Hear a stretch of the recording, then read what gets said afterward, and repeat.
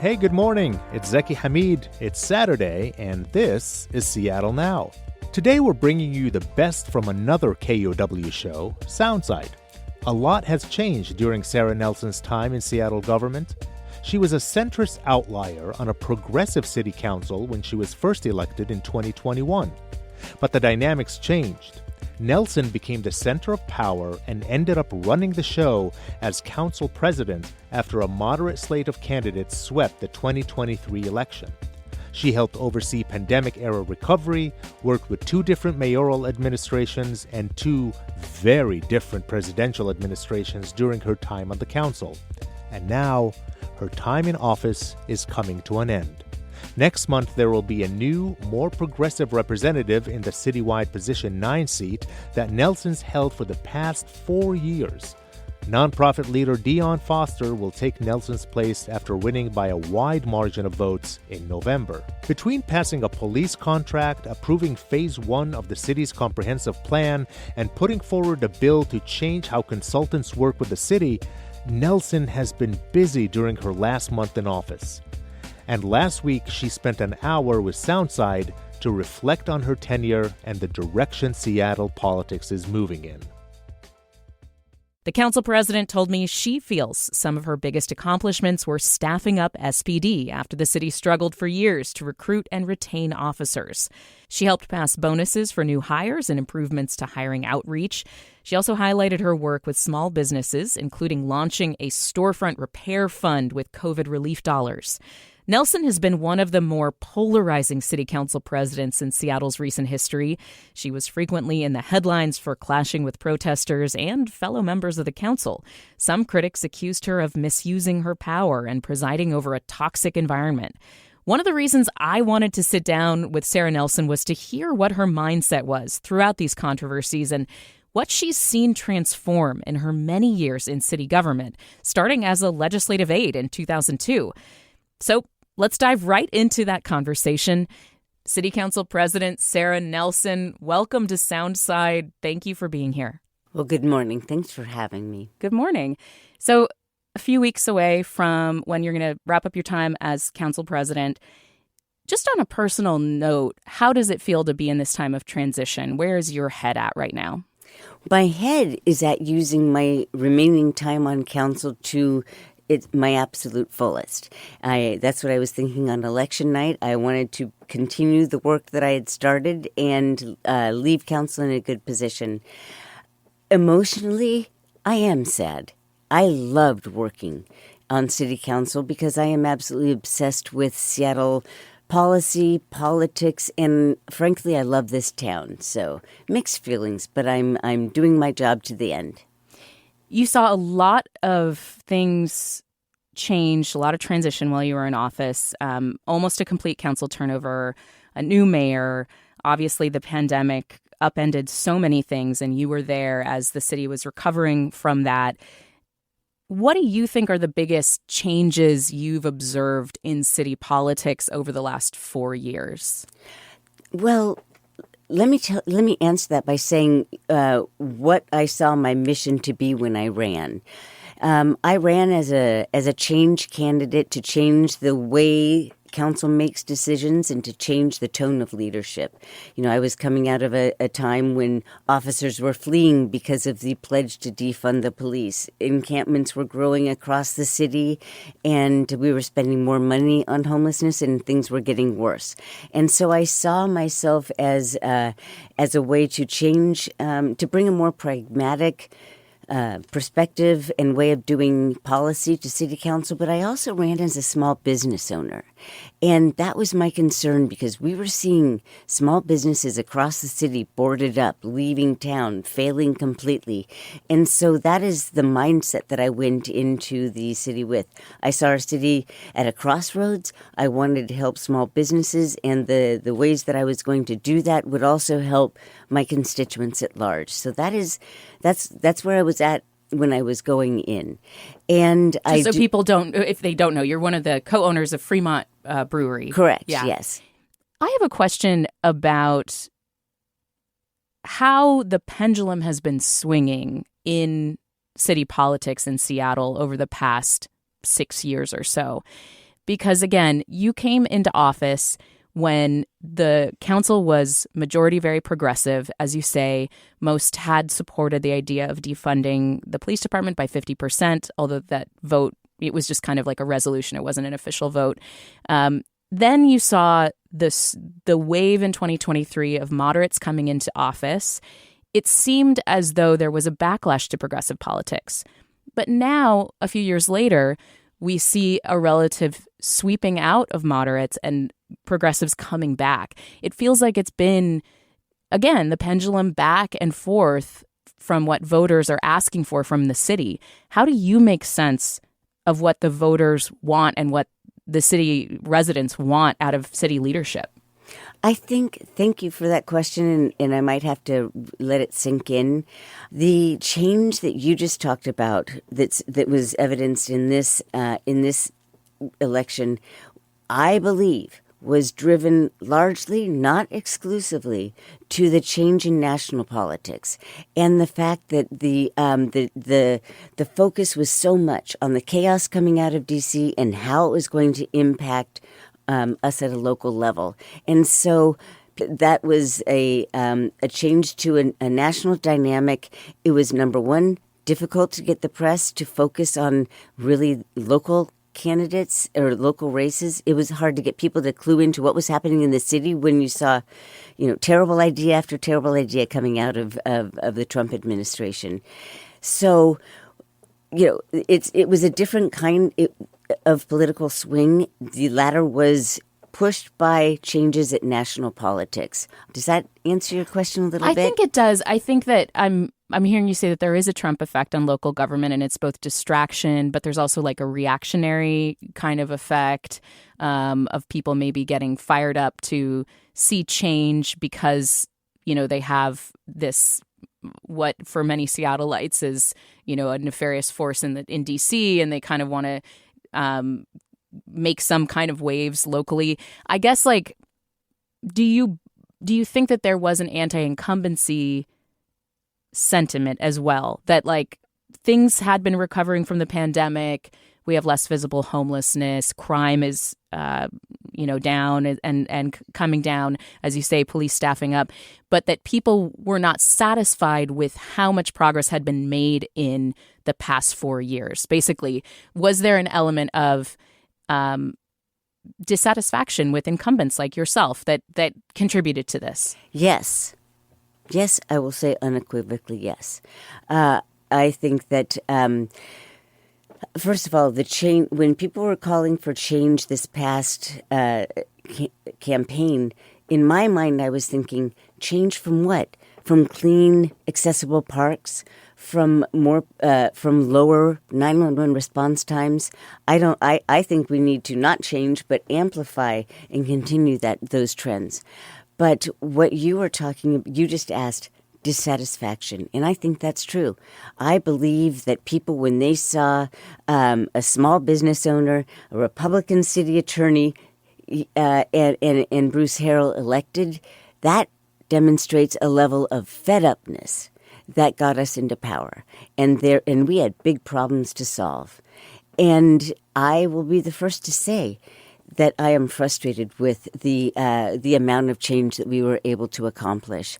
And I always have to remind people that council passes the laws and makes the budget, but it's the executive that implements those changes in law. And there is a tension between what I can do as a council member and what the executive is supposed to do, implementing what comes out of council. And I think that I lost some moderate support because they wanted to see things better. In the beginning, I was always getting calls from reporters on the radio saying, this business in Ballard was just burglarized for the 7th time. What do you have to say to that small business owner? And what I would always say was, I relate to their frustration that change has not happened faster. Mm. And I do believe that the mayor could have been more used his mandate of 60%. I don't know what he won by, but used the mandate to push more quickly on bringing back on public safety and on really seriously looking at what we were doing on homelessness response and make those changes. And because there are vested like with shelter or what kinds of things would you say were like the number one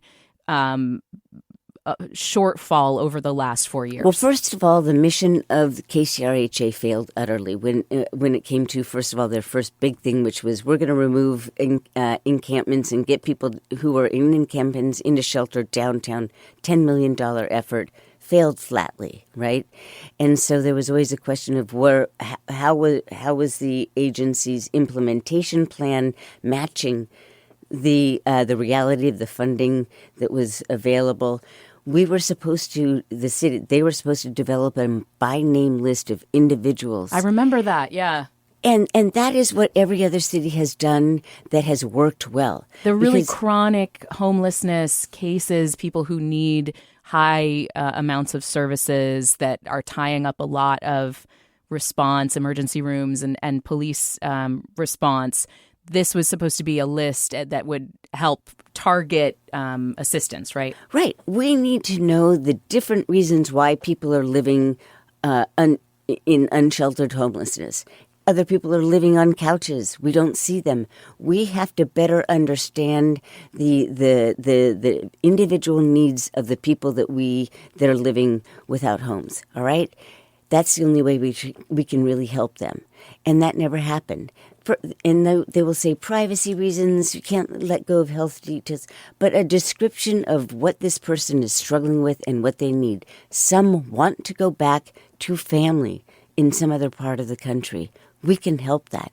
Other people have gotten off their meds. They need to get back to the clinic. That's another thing. Without that basic knowledge of the struggles of the people that we're dealing with, we can't make a meaningful difference. And when that problem is substance use disorder, we need to put a lot more resources in addiction treatment and making sure that we're assertively encouraging people to access those options. That's been a big part of what I've tried to do. And you've talked about your recovery journey yourself, and you were piloting a program to get people into recovery services, round the clock types of residential recovery services. For you, that's got to be, obviously a passion project and also something that is frustrating because there is so much unfinished business when it comes to how do we get the people on the street the support that they need? I mean, what do you think is the answer going forward for the city? Here's the thing. I think that when your listeners hear that we're providing housing with wraparound services, we need to get people into treatment. They do not realize that, first of all, when I was elected, there was no rehab. I'm talking about the rehab that I went to, the Amy Winehouse style. You go in, you spend a month, you try to get your mind together, and we weren't funding that. Shocking to me. We were only funding methadone and buprenorphine and then harm reduction efforts by our outreach workers to distribute needles. I'm fine with that. Drug consumption supplies, I don't believe that is reducing a particular harm, but really limited services. And so when I saw that, I pushed for getting a pot of money to allow for people to be immediately referred into a treatment facility if they wanted to take that step. We're not talking coercion. If they wanted to take that step, and then that facility would bill the city. That's working. That started at $300,000, and this budget has $2.85 million for those kinds of services. That's a positive change. But it took too long to get there. And so I hope that the city continues working on that. But that is one area. You asked me, what change have you seen? That is a positive change, and we need to center recovery in the conversation about public safety and homelessness because it's all tied together. You're listening to Soundside. I'm Libby Denkman, and I'm spending the hour with outgoing Seattle City Council President Sara Nelson. We're going to take a quick break and be right back with our conversation in just a minute on KUOW. Back with more Soundside, I'm Libby Dankman. I'm speaking with outgoing Seattle City Council President Sara Nelson. Nonprofit leader Dionne Foster will be taking her place as Seattle's citywide Position 9 representative next month. And we were just talking about how the city should handle homelessness policy and what it would take to find real solutions. And council member, I wanted to ask, what is broken about city government that stops the wheels of solutions getting passed? What do you think is the biggest thing that slows things down or prevents policies that we know are effective from being? Is it money?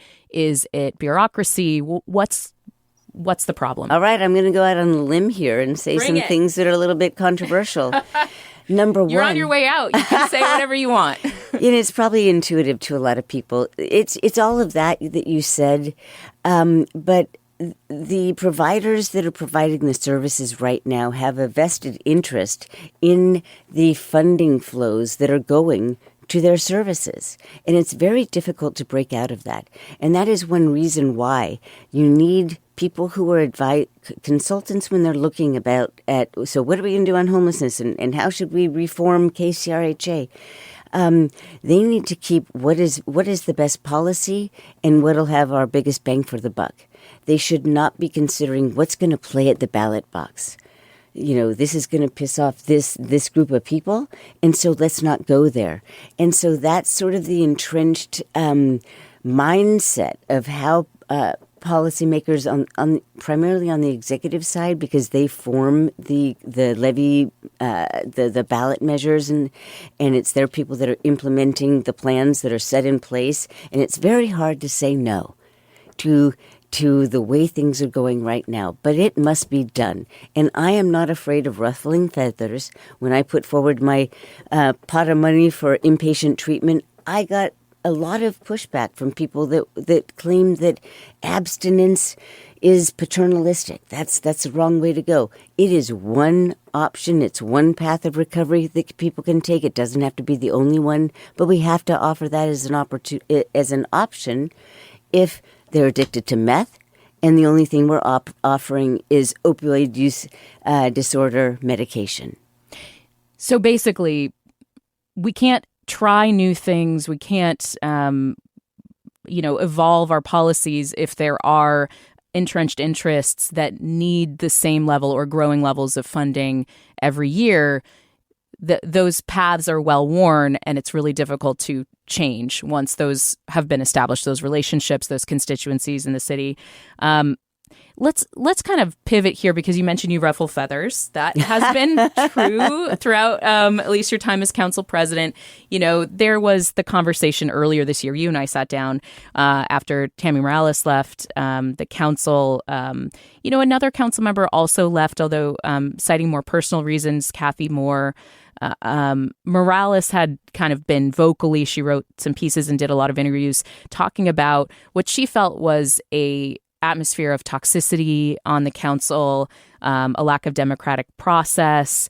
You had come on and you talked to me about, the defending the integrity of the council, basically, disputing her claims.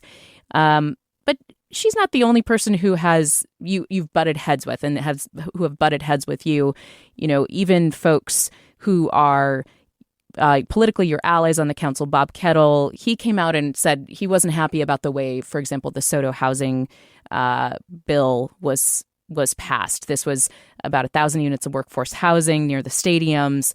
The Port of Seattle had really strongly come out against it. And they were upset about congestion and potentially impacts to the workings of the port down there. What do you have to say to people who think that you were being too sharp-elbowed or that you were throwing your weight around too much as council president in a way that prior council presidents had not? One could dispute that last point, but here's what I will say.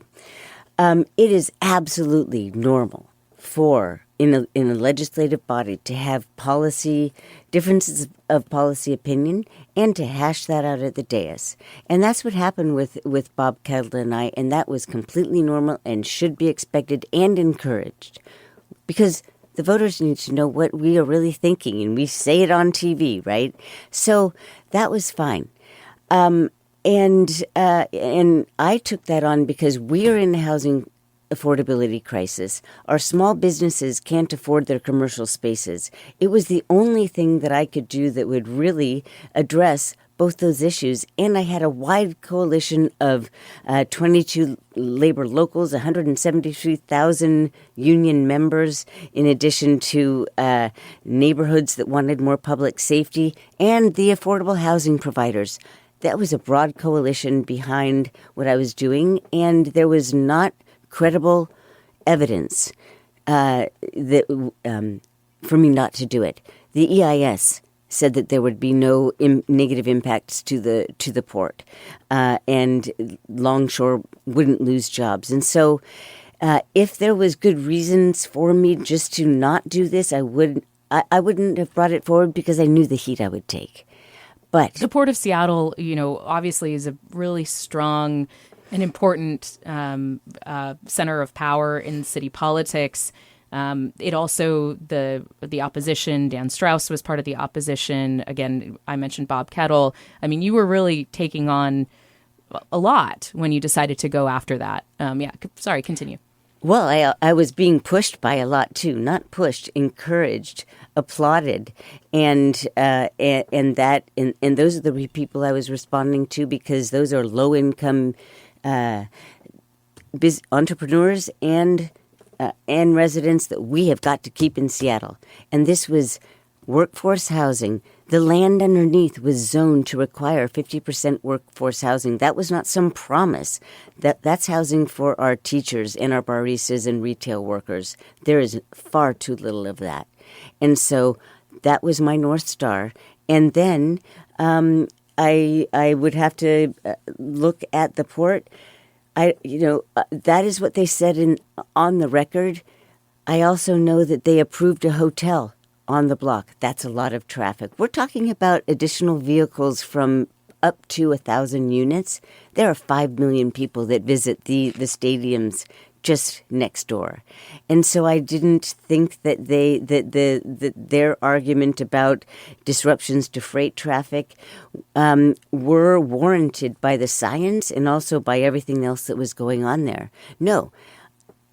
The port had told me that they really were looking at those 2 blocks as a place for a tower for an operator of Port 46. So they had their own vested interests that weren't completely transparent during the course of that conversation.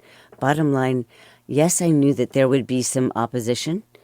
I took on interest to do what was best for low income and struggling people in this town, and I stand by it.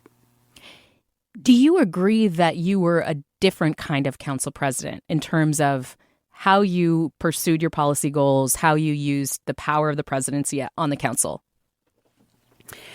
Yes, I do agree that is the case because here's the thing. I am 59 years old. I'm a 59-year-old woman, middle-aged woman in recovery, right? I'm at the end of my career. I'm not looking at what is my next political move. That gives me freedom. That gives me freedom to just to focus on policy priorities that I think that will help the most people in the city of Seattle. I guess that means I'm sort of shameless. I have built up a lot of scar tissue and deep skin. And so it's kind of hard to hurt my feelings as long as I know in my heart and I'm communicating why I'm doing what I'm doing, the values that are motivating my policy initiative, then people can take that at face value. And if some people don't like it, then I can accept that. I knew this job was going to be hard. Look where Seattle was in 2021, and that had been going on for 9 years. I knew I was going to ruffle feathers when I called for a difference, but it had to happen because the city was at a crossroads, and one of my goals was to change the direction of the city and the kind of leadership that was making that decision. And I worked on the campaigns of the people that were elected in 2023.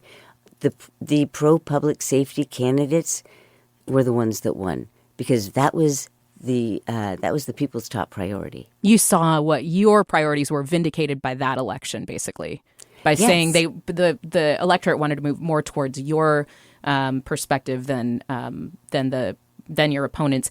Just really quickly on the workforce. And it wasn't my perspective. It was my constituents' priorities. Yes, go on. On the issue of the workforce housing, so at this point, there's a couple different threads of ways that this plan could be stymied to add housing in SoDo near the stadiums. Again, in the face of opposition from the port. The port has challenged it in court. That is a pending piece of litigation. Also last month, there was a state board that ruled that the council had violated environmental laws and growth regulations when it approved that Makers District. So that plan can still be amended and revived to comply with the state board, what they were highlighting. Do you think that this new council will take that on? What do you think? Is that plan dead at this point? Probably. Why would anybody else put themselves in that position and reignite that fight? But I will tell you, there are appeals pending. We don't know the final outcome of those of the growth management and the case in court. So it's too soon to know what will happen there.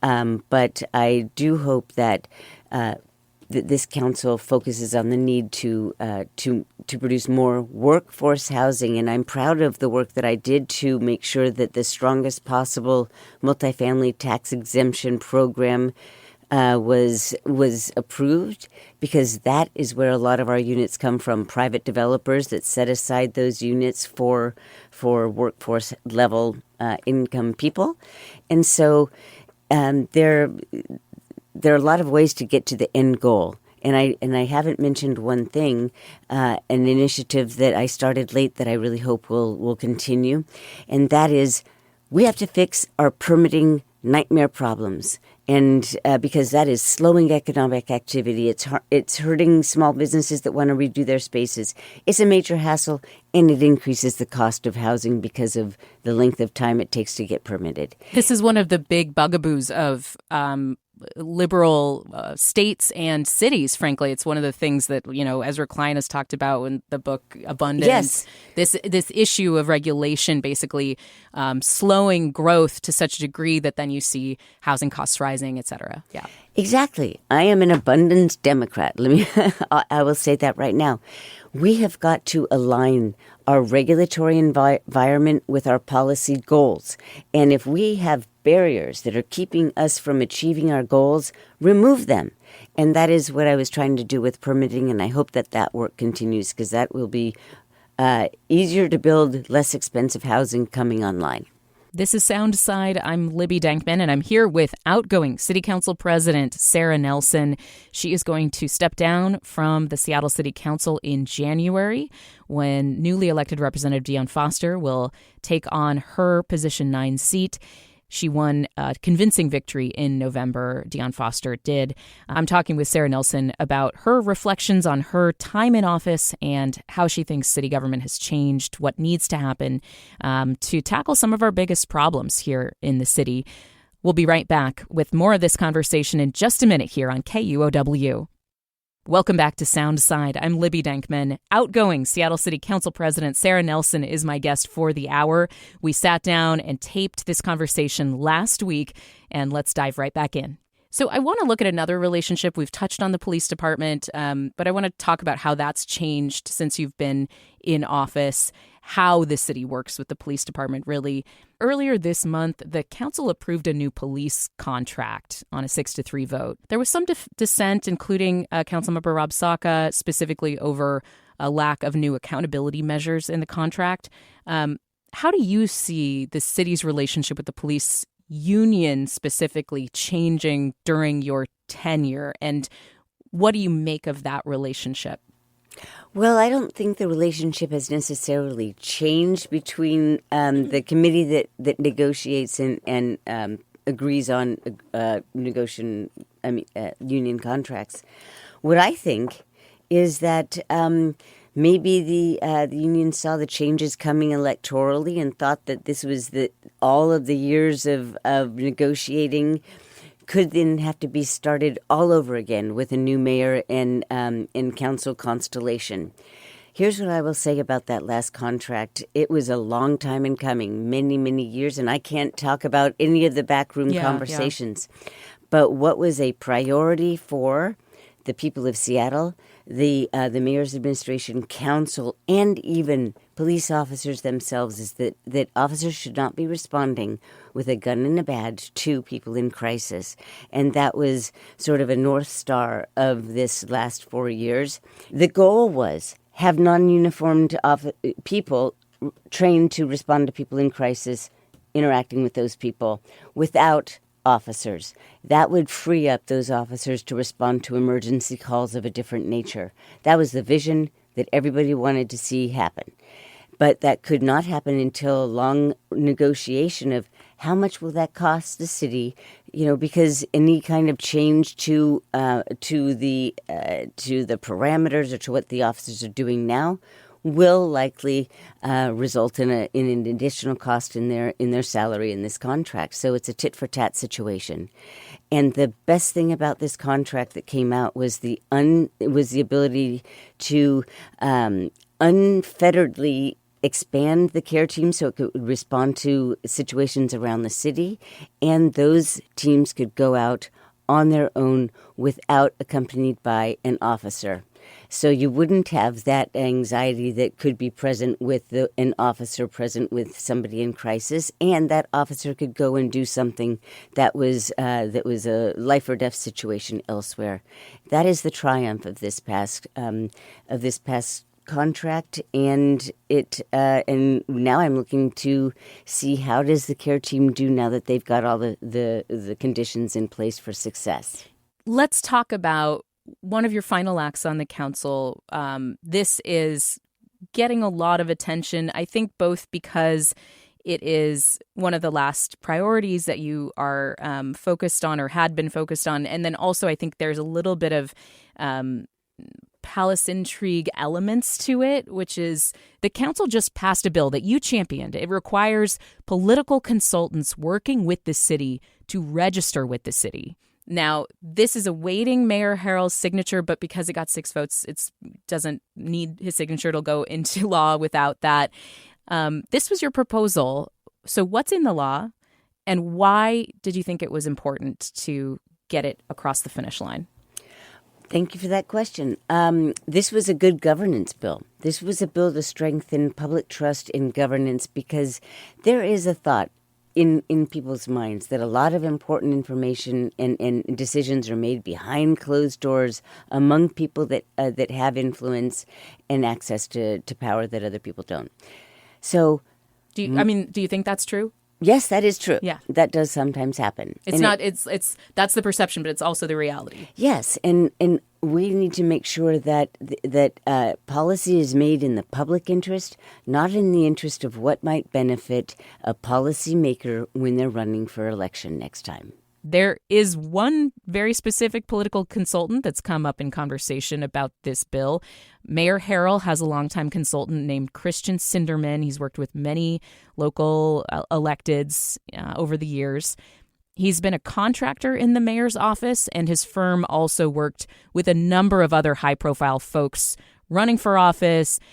Those included Dionne Foster. She defeated you in November, and incoming city attorney Erica Evans, who defeated Ann Davison in November. And Sinderman has said he is taking this legislation as a pointed attack against him. In a text to the Seattle Times, Sinderman said, quote, "For a full year, Councilmember Nelson has complained without substance or merit about contracts and relationships that were both transparent and followed city rules. So now, on her way out the door, she wants to change the rules to justify her unfounded political grievances." You have argued that this is a more widespread issue than just one consultant, right? I mean, why do you think this is something that needs to be addressed before you leave office?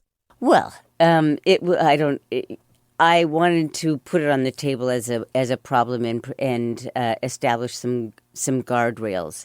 It changed before it came out of committee. Unfortunately, the prohibition of doing both policy and political campaigning or consulting, that was stripped.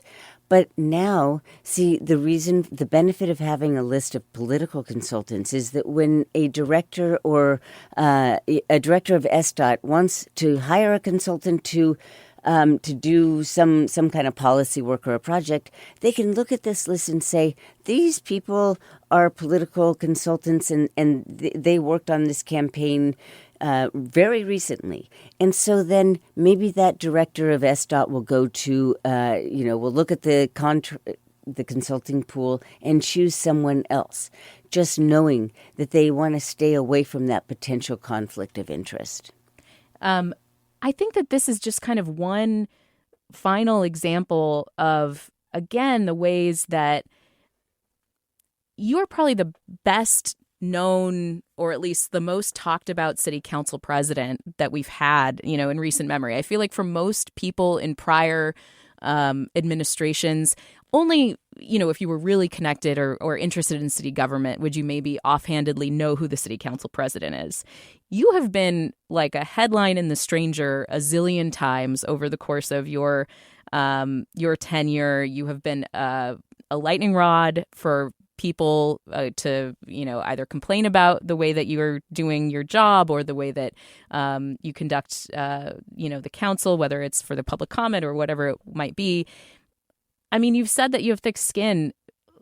Like, what have you learned from being in that position, basically, from taking a lot of people off and then also, kind of seeing it from the inside, the different ways that city government is working? Like, how does it feel to be Sara Nelson? I love that question. I don't know how else to phrase it. Yeah. Well,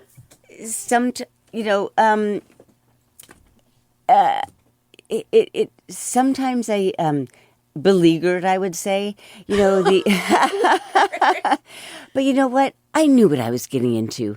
I knew the political dynamic when I ran for office. I knew that it was not going to be easy for at least 2 years until we could have different council members that were focused on what the voters wanted: affordability, public safety. They wanted their parks to be clean. They wanted somebody to say, yes, we will ensure our parks are accessible to children and families, etc. And so I knew it was going to be rough for the first couple of years. I knew that I was going to be in the minority, and I took that in hopes of being able to have some allies to make change to address voters' top concerns. But it's not like the battle stopped after you had more allies on the council, right? I mean, you've been in the center of a lot of fights, and I just think I'll tell you what happened. Yeah, go ahead. They lost even more in 2023. The activists left that had a disproportionate size megaphone on Seattle politics. Meanwhile, we have 2 beat reporters at the Seattle Times. I mean, and who haven't mastered social media as well as other reporters. Disproportionate voice in city politics that sometimes I'll say, I don't think I got a fair shake. But you know what? I'm not going to say that. I knew that how I would be portrayed. I tried to respond to questions and explain my rationale. I have no control over how I'm portrayed.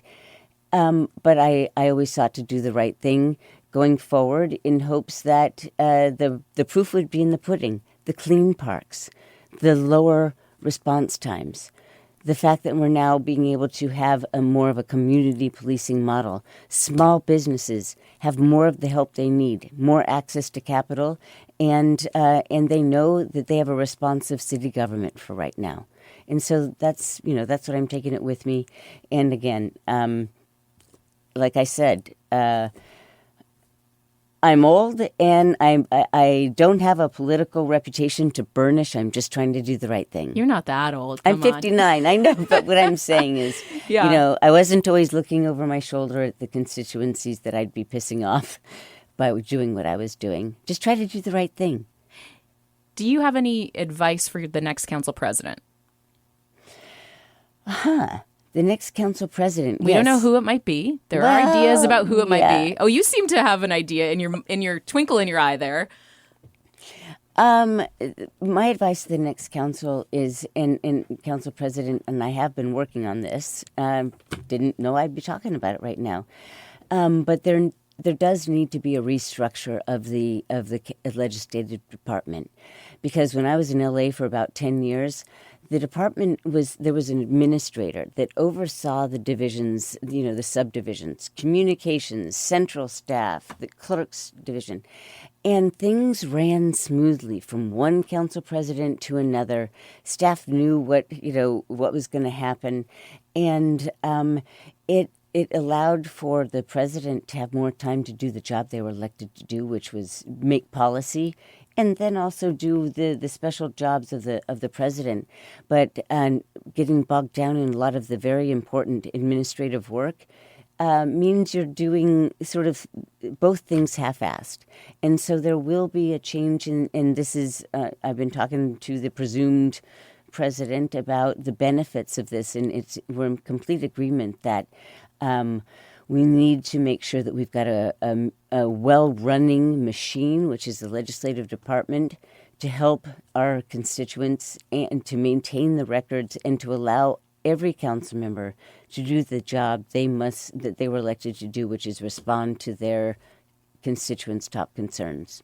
I am not a beat reporter with the city council, so with my uneducated guess, or is it Dan Strauss?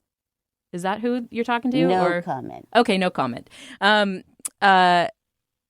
Just a final thought here before we go. I mean, we've talked a lot about legacy. We've talked about some of the controversies that you weathered. What do you think your legacy, when you look back at your 4 years, will be on the council? I know it's such an open-ended.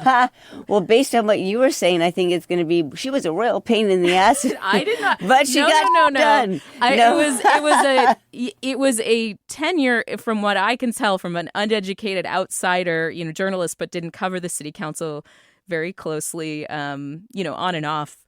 But it does seem like you used your position in unprecedented ways. You did tick a lot of people off.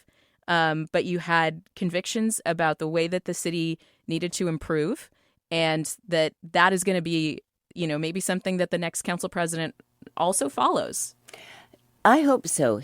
I hope my legacy really is that I took on hard things in response to a visible problem that. And if we could fix that thing, it would have benefits across the board in other policy areas, like with addiction treatment. Policy-wise, I'll probably be best known for centering the need for more drug treatment and helping people recover in whatever form that takes. I'm not dissing medication supports.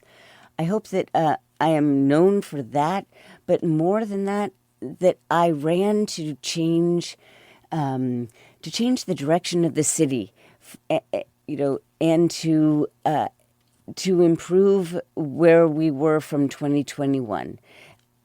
I don't know the extent that I accomplished that goal, but I wanted to shift the tone toward and the approach to really listening to what our constituents' top concerns are: affordability, public safety, moving the needle on homelessness, and just really doing some pretty pragmatic things like getting our budget in order, etc. More work on that to come. But I took on hard things. I won some, I lost some. I tried to leave the city in a better place. And I think the receipts are on the table to show that there has been improvement. We've got a long way to go, but we have to keep up in this direction to really fulfill our promise to the people of Seattle. Any final thoughts here? I mean, what are your next steps? What do you want to do next? Again, don't say you're old again. All right, I'm sorry for that. When I say that, I say it in terms of, first of all, I am not going to run for office in Olympia or D.C. I only care about Seattle, and I will always be interested in politics and policy right here. I don't know what form that work will take, but that is, at base, I'm a policy nerd who watches the Seattle Channel for fun. That will not stop. And so we'll see what happens, but I don't know right now what the next move for me is. One more thing. I wish the Wilson administration well. My impressions of her on the campaign trail is that she is smart and sincere. You know where she's coming from. And a fellow policy nerd. I mean, from one policy nerd to another, right? Yeah, and sometimes I didn't know that with Bruce, with Mayor Harrell. You know, sometimes when it came to police incentives or the conforming to state law on public use, sometimes I didn't know if he was willing to go there, or if maybe they would be people that would be too upset that it didn't make it worth it. No. Katie Wilson has firm commitments, and she's putting good people around her. Let's give her a chance. Let's give her administration a chance. That's what I would say. And council, we pass the laws and the budget. We are essentially kind of the more, I would say, powerful when we think about long-term change of the city. I hope that this council can work well with the mayoral administration, because what our voters need to see is both branches of government working well together in a functional way to get things done for the city. I'm curious. I kind of assessed, having interviewed Wilson a few times over the campaign and moderating a debate between her and Harrell, she spoke really differently than 4 or 5 years ago, than progressives did, and than she did 4 or 5 years ago, about things like public safety. And she really focused again on the affordability question, which everybody, has mentioned about her campaign. But, she talked about a way to address homelessness while at the same time wrapping in public safety in that conversation. Like, the reason that you might feel unsafe sometimes downtown is because we need to address homelessness in a more, real and concrete way. And my assessment of all this as a very amateur political analyst is her evolution represents a new phase of progressivism in the city. Progressives have moved away from some of the excesses of 2020 and 2021, and they've learned some lessons, maybe even from you, Sara Nelson. Maybe. I don't know if they would admit to that, but and that this is a new brand of progressivism, which is more focused on people's pocketbooks, affordability, and also understanding that public safety is of paramount concern, and that this is, just what I've said is it's a progressive wave that has learned to scare moderates less, if that makes sense. I mean, what do you think about that? I think you're right. I think it's a progressive picking up of the clue phone that we have to do things different that make sense, that where you have to embrace some things that you might have eschewed in the past. Yes, this is the national conversation, I believe, and it has to happen, and it's what I've been saying for a long time. I also agree with her focus on shelter, as opposed to, she never says we need to do this instead of that, but there's only a big enough pot of money, and so shelter is absolutely necessary. The cities that have done well after the pandemic on unsheltered homelessness are the ones that have reopened closed shelters during the pandemic. That's an immediate improvement in people's lives. What we do here is we look... yes, we have tiny villages, more of that, please. We need more shelters of all kinds to provide people the immediate help they need, because a permanent supportive housing takes forever to build, and it's promised as coming with wraparound services that do not exist. So I agree that we have to provide more services, more shelter spaces. If it means fewer permanent supportive housing projects, so be it. We're not warehousing addicts in permanent supportive housing and having them die. There is a higher chance of dying in permanent supportive housing, according to the King County dashboard, than in an encampment outside. That has to stop. And so, yes, what I am hearing from it's hard for me not to call her Katie. What I'm hearing from Katie I do that too, yeah. Yeah, is really encouraging. Yeah. And that means we all have to be talking together more. When I had the press conference in July that brought together Lisa Dugard and her team and Andrea Suarez and people that across the spectrum of recovery, that has to happen. We need to talk about different approaches and recognize that there's room for all. So. I hope we see a positive change on that front in her administration. Sara Nelson, thank you for sitting down with me. We covered a lot.